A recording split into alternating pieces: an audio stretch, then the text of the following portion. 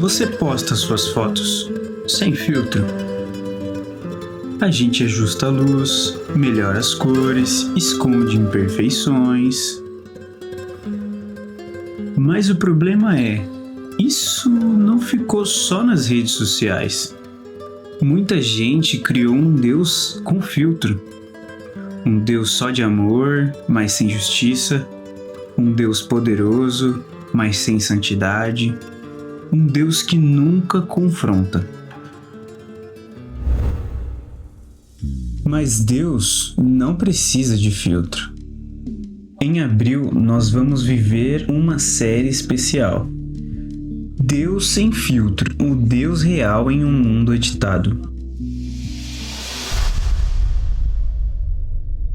Ele governa, Ele está presente, Ele é santo, Ele é amor, Ele tem misericórdia, Ele sabe de tudo.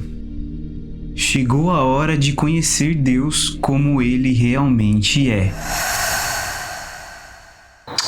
Bom dia, Promessa Santa Amaro. Deus, nós estamos reunidos nessa manhã, depois de uma semana, sobre o Teu cuidado, proteção. E estar aqui para nós faz bem para a nossa alma, poder Te buscar, poder oferecer a Ti o nosso louvor, mesmo sabendo, Deus, que nem sempre é fácil. Tem dias que são difíceis, tem dia que os problemas tentam assolar a porta do nosso coração. E mesmo assim, Senhor, a gente vem para este lugar, porque sabemos, Deus, que aqui nós não saímos da mesma forma que nós entramos. Porque a Tua palavra, quando é pregada, ela fala ao nosso coração. E ao falar o nosso coração, o Senhor também traz cura, traz entendimento, traz libertação. E também nos desafia para que no dia a dia possamos lidar com essas circunstâncias de uma forma diferente. Por isso, Deus, em nome de Jesus, que o nosso coração seja receptivo à Tua palavra, em nome de Jesus. Amém. Pode se assentar, por favor. No século passado, houve um pensador cristão chamado C.S. Lewis. Para quem conhece, ele escreveu o livro As Crônicas de Nárnia. Foi um dos mais conhecidos livros de C.S. Lewis. Mas teve um momento na sua história onde a sua esposa veio a falecer. Diferente dos demais livros que ele escreveu, agora ele escreve um livro onde ele está totalmente despedaçado. O livro se chama A Anatomia de um Luto, por causa da morte da sua esposa. Lewis, então, descreve no livro que a dor é como um silêncio, de que a dor é uma angústia para a alma, e que na dor parece que Deus está muito distante. Ele começa a perceber, então, conforme relata no livro, que o problema não era Deus. Aliás, o problema nunca foi Deus. O problema estava na forma, no filtro que o próprio Lewis colocou sobre Deus.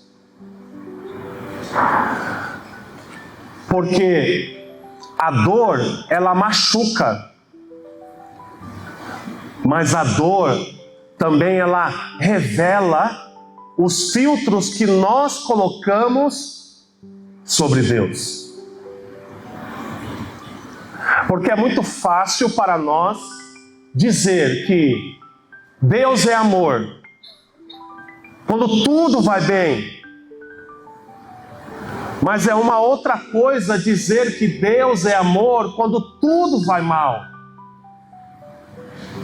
E na dor, identificamos alguns filtros que nós colocamos sobre Deus, como por exemplo, um Deus que é amoroso, mas um Deus que não confronta a gente.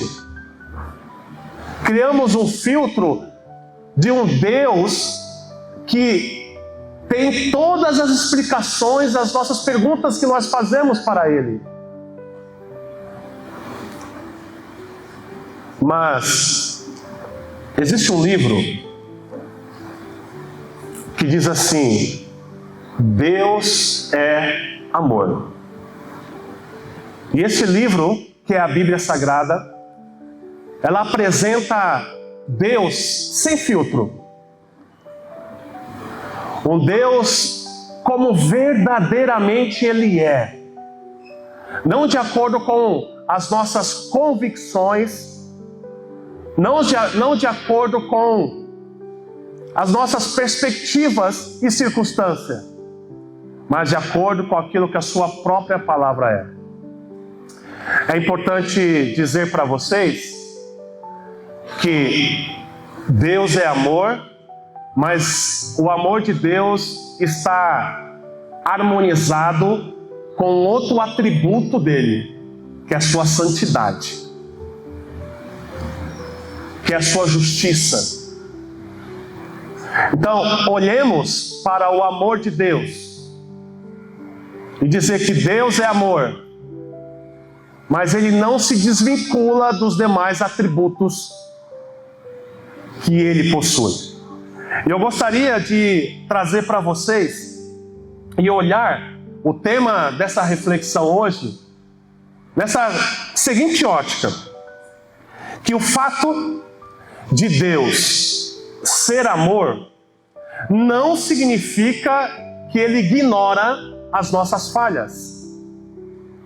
Olhemos para o texto do autor aos Hebreus, capítulo 12, verso 6.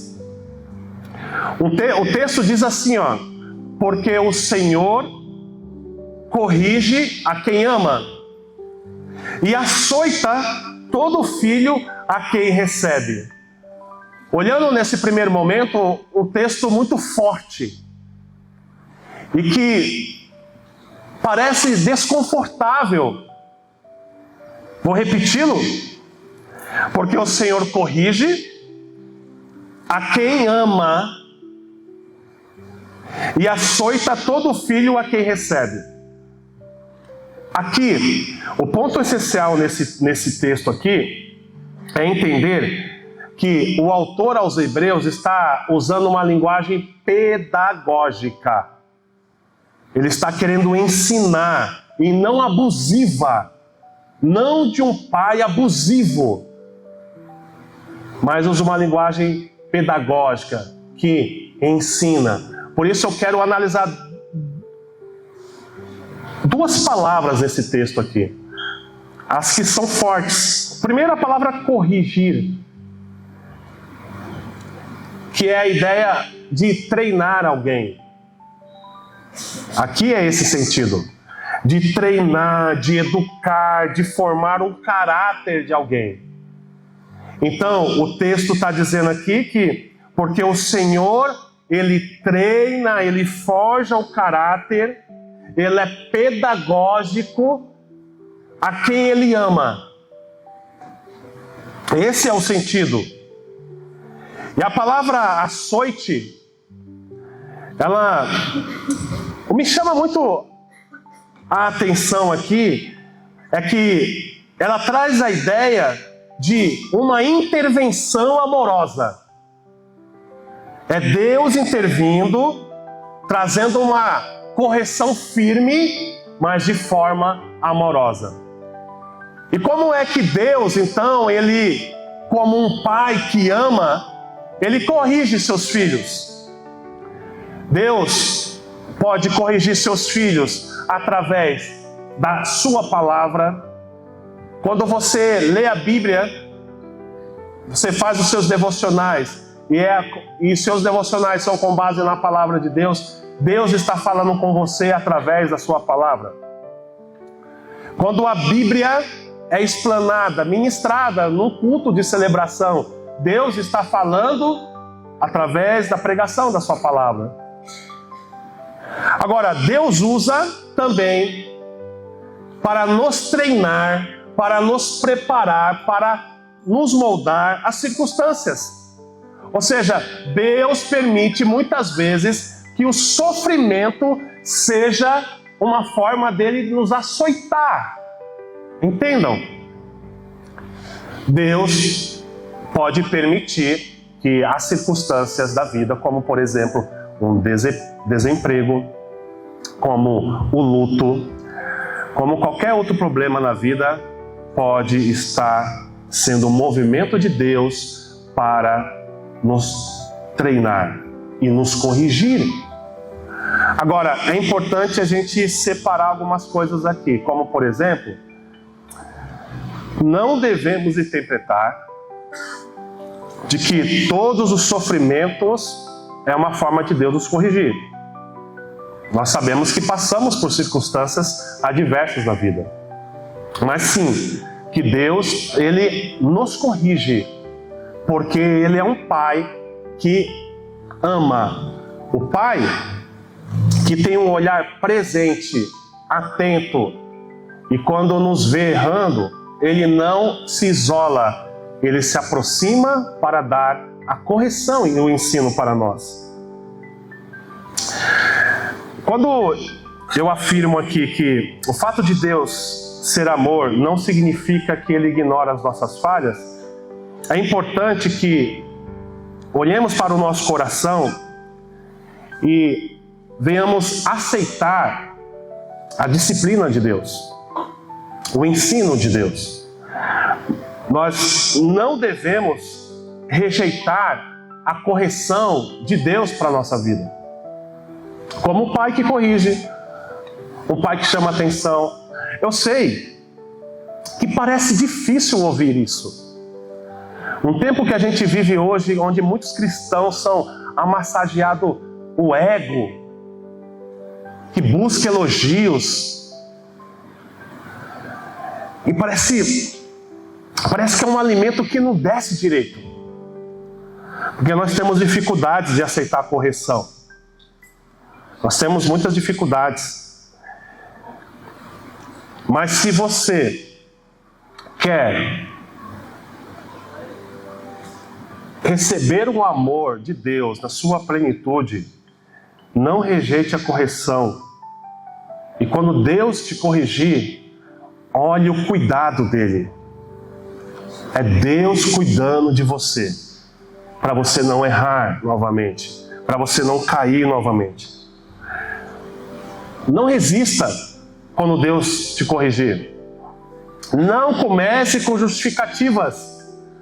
Não tente justificar aquilo que, como se Deus não soubesse das coisas, como se Deus não sondasse o seu coração. Então, não justifique e nem ignore, como eu posso dizer, essa não é uma mensagem para mim, isso é uma mensagem para outro. Então não resista quando Deus corrigir você. Entenda e veja o cuidado dele para contigo. Nós não podemos também tratar o pecado com leveza. Por que Deus nos corrige? Porque nós erramos, porque cometemos pecados. Então não podemos deixar que o pecado seja algo normal, aceitá-lo como normal, deixá-lo leve.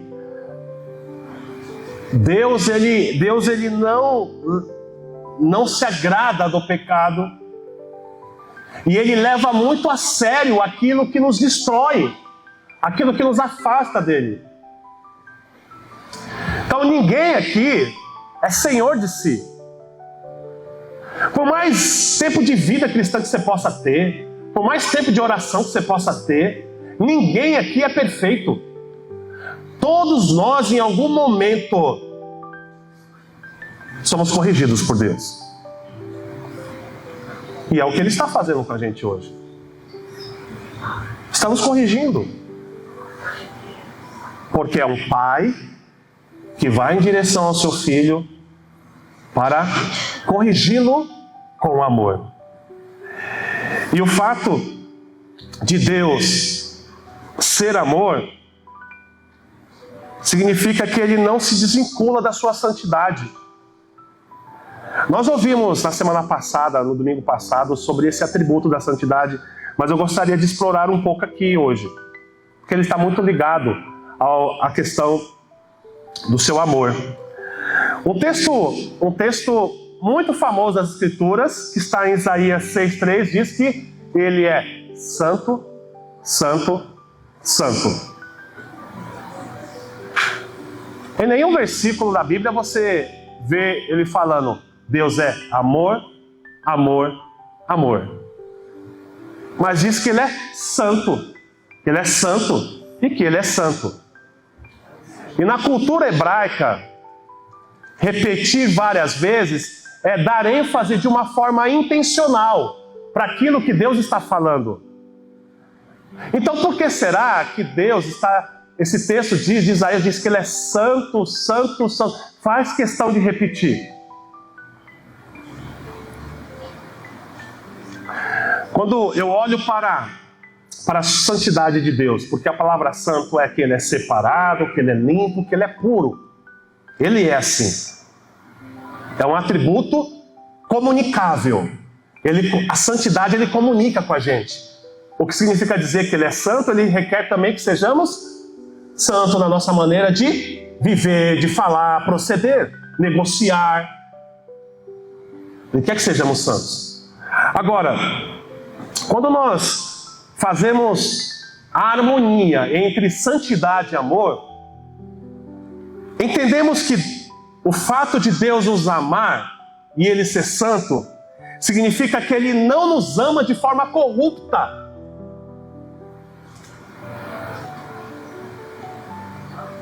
A geração hoje, ela é descartável.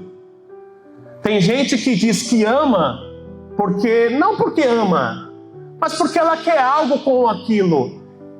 Ela diz que ama porque ela quer conseguir algo, tem um objetivo, e ela não vai medir as palavras. Se precisar mentir, ela mente para conseguir o que ela quer. Deus não é assim. Deus não se corrompe. Deus é incorruptível. Deus é santo. Ele ama, mas não de uma forma corrupta. Ele não relativiza o pecado e Ele não negocia a verdade, porque Ele é santo. O amor de Deus não é permissivo, não é um fato de dizer que Deus me ama, então eu faço o que eu quiser. Deixa eu contar uma história para você. Uma certa vez, uma criança gostava muito de ficar debaixo da cama. E quando ela entrava debaixo da cama, ela travava e não conseguia sair. E quando a criança estava em perigo, ela chamava quem? Pai. Pai, vem me tirar aqui. O pai, correndo, ia e tirava a criança. Não passava muito tempo depois, lá vai a criança novamente por debaixo da cama e ficava presa lá. E a criança então clamava e chamava pai. E o pai corria ao encontro da criança e tirava debaixo da cama. Até que então, uma certa vez a criança fez isso novamente pela terceira vez. E ficou presa debaixo da cama. E ela ficava gritando: pai, pai, pai. E o pai não aparecia. Mas o pai estava de olho na criança, sabia que a criança estava lá debaixo, mas ele permitiu aquela criança ficar mais um tempo lá. Eu penso que é isso que Deus faz com muitos de nós. Ele fala, a gente faz o contrário, mas Ele vai lá nos resgatar. Aí Ele fala de novo, aí a gente faz o contrário e Ele vai nos resgatar.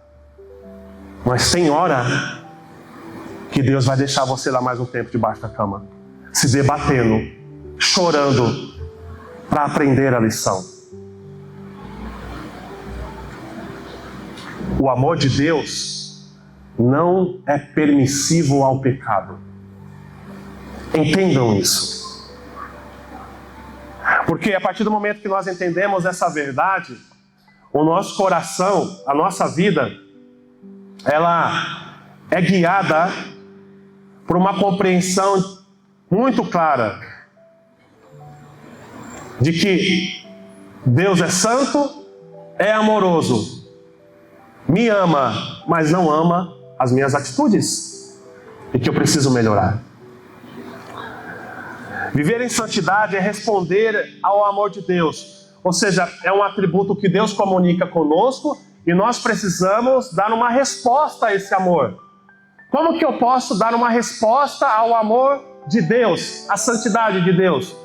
Eu preciso amar aos outros e não odiar aos outros, não falar mal dos outros, não mandar mensagem falando mal dos outros, não injuriando contra os outros, não desabafando em rede social falando mal dos outros. Isso não é amor.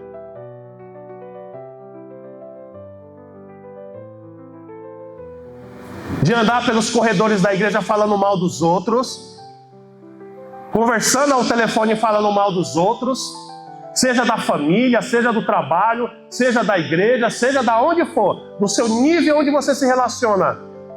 Isso não é amor. E o próprio Deus nos chama para amar.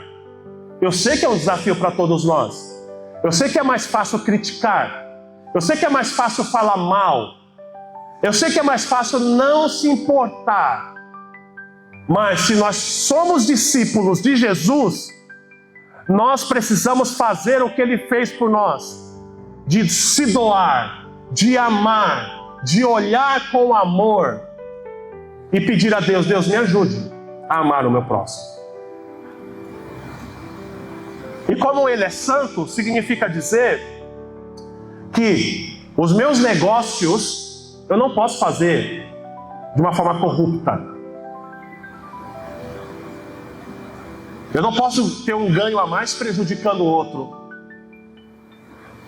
Eu não posso prejudicar.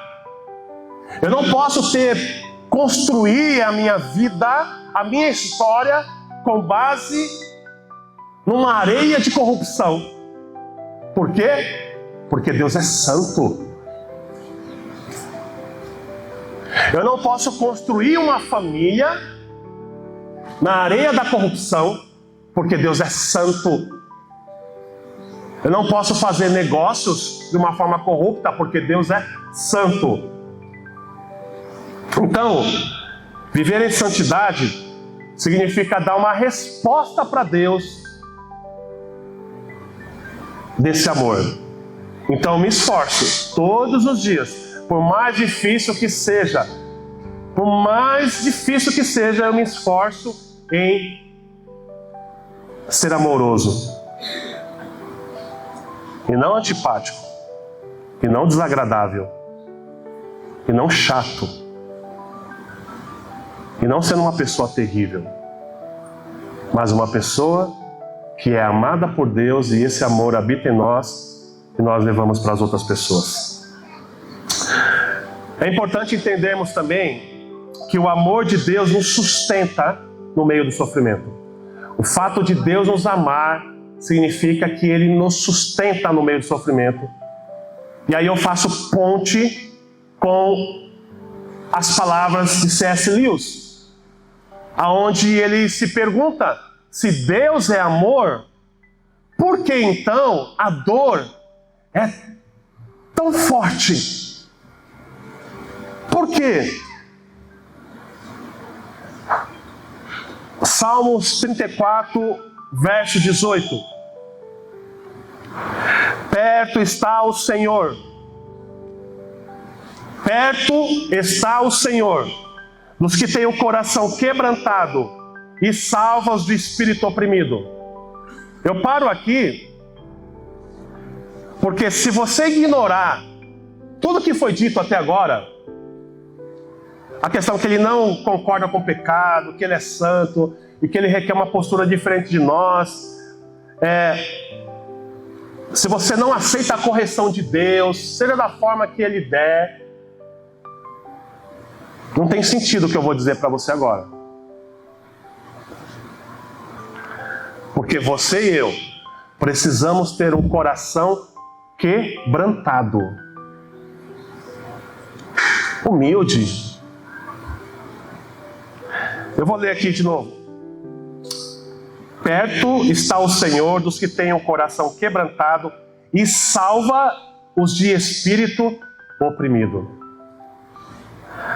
Bom, assim como eu fiz no texto anterior, eu quero extrair aqui uma lição importante nesse texto. A palavra perto significa uma iniciativa do próprio Deus. Então, perto significa próximo, íntimo, acessível. Então, é a iniciativa de Deus. Perto está o Senhor. Então, é Ele que vai até você. É Ele que vai até o coração quebrantado. E o coração quebrantado vem da ideia de algo partido, algo esmagado, algo despedaçado.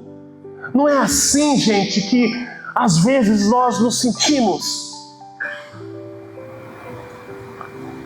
Quando a gente recebe a informação de que alguém da nossa família está doente, quando ficamos desempregados, quando as nossas emoções estão pirando, não é assim? Parece que o nosso coração está esmagado, parece que a alma está despedaçada. Mas o fato de Deus nos amar deixa muito claro que Ele está perto de um coração despedaçado. Deus se revela na sustentação diária. Todos os dias Ele está perto de você. E isso é uma demonstração do amor dele para contigo.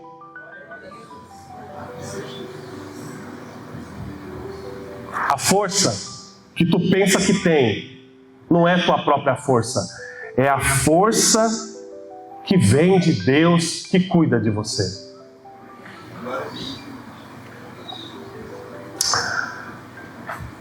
Para mim está muito claro aqui que Deus não espera eu me recompor. Sabe aquela historinha, aquele filtro que a gente coloca de Deus? Bom, eu vou tentar melhorar umas coisas aqui para depois servir a Deus. Eu vou tentar melhorar umas coisinhas aqui para depois fazer isso. A gente quer colocar uns filtros. Você não vai se recompor sem Deus. Se o coração quebrantado, Ele se aproxima de você exatamente como você está hoje, em cacos. Deus, Ele é maior que a pressão que você sofre. Deus, Ele é maior que as circunstâncias que tentam assolar a sua vida. Como nós já ouvimos aqui, Ele pode tudo e todas as coisas.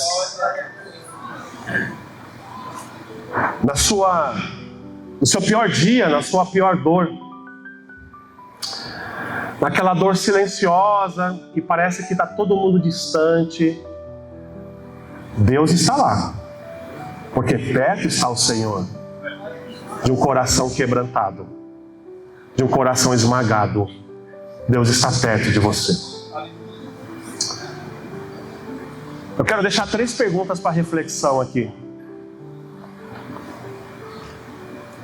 Eu gostaria que você levasse muito a sério isso e pensasse: você tem se relacionado com um Deus verdadeiro ou com uma versão filtrada que você criou? Quem é que você se relaciona? Com Deus revelado nas Escrituras ou com essa versão criada, cheia de filtros? Um Deus para te agradar, um Deus só para fazer tua vontade. Com quem tu fala? Como você reage à correção de Deus? Com resistência ou com humildade? E por fim, você realmente acredita que o amor de Deus permanece, mesmo quando você falha? Você acredita nisso?